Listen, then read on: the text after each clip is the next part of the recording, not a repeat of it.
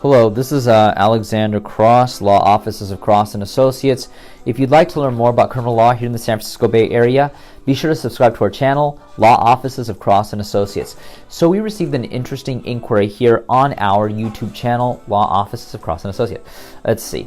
This has to do with violating a DUI restriction. Let's see. I have a DUI with the right to drive from home to work, so you must have a restricted license. One day, I was dropping off a coworker at his house. I had a traffic violation and the police arrested me. Now I have a court hearing. Well, here's the deal. When you have a restricted license from the DMV, you can use that for the purposes of driving from home to work and for necessities. Now, dropping off a buddy at home is not necessarily a necessity. However, if this was somebody who was working with you at your job and you dropped them off on the way to go home, there shouldn't be a problem. But this is something that's going to have to be discussed in the court. And by the way, if this applies, getting a restricted license is not something that you get based on a court conviction.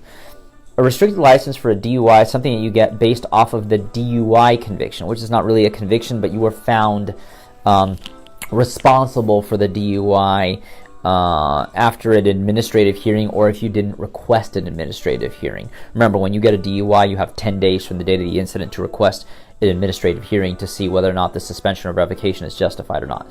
So if the DMV were to suspend your license, you can get a restricted license for a DUI, assuming it's your first offense, by simply obtaining a certificate known as an SR22. It's an insurance. Then you have to enroll into a DUI school, either 3, 6, or 9 months, depending on how high your blood alcohol level was. And then you pay the DMV $125, and then they will give you a restricted license. But remember, that's just from home to work. Now, of course, if you violate the terms of that restricted license, they can file charges based on a violation of Vehicle Code Section 14601.2, which is driving on a suspended license, which carries up to 6 months in the county jail. But in this circumstance, if you were dropping off a buddy from work and you were just on your way home and it was just on the way, there shouldn't really be a problem. This is something that needs to be discussed with the DA, and hopefully this should result in a dismissal.